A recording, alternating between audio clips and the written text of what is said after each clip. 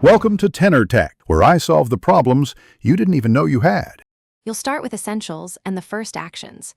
Charge the Sony MX4 above 20% or plug into USB-C power so setup won't interrupt.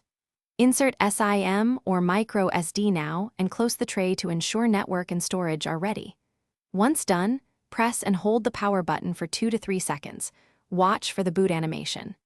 This initial sequencing prevents data loss and speeds configuration, so make sure the phone reaches the home screen before continuing. Now configure the MX4 step by step. Choose your language and connect to a stable Wi-Fi network so updates and app installs proceed quickly. Sign into your Google account to restore apps and settings automatically. Grant permissions for location, microphone, and storage based on the features you'll use.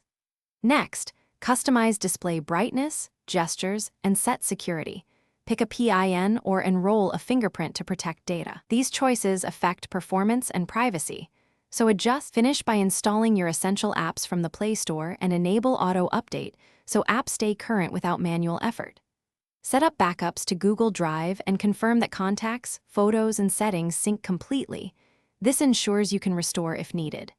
If something goes wrong, try a simple reboot first.